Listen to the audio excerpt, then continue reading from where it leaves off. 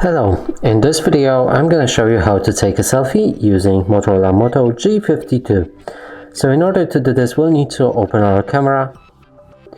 From here, change to the front camera like this, and now you'll be able to see your face, but as you can see, the camera obscures the view. So now take a picture of your entire face like this, and that's how you take a selfie. And that's it for this video. Hope you like it. Please consider subscribing to our channel, leave a like and a comment below.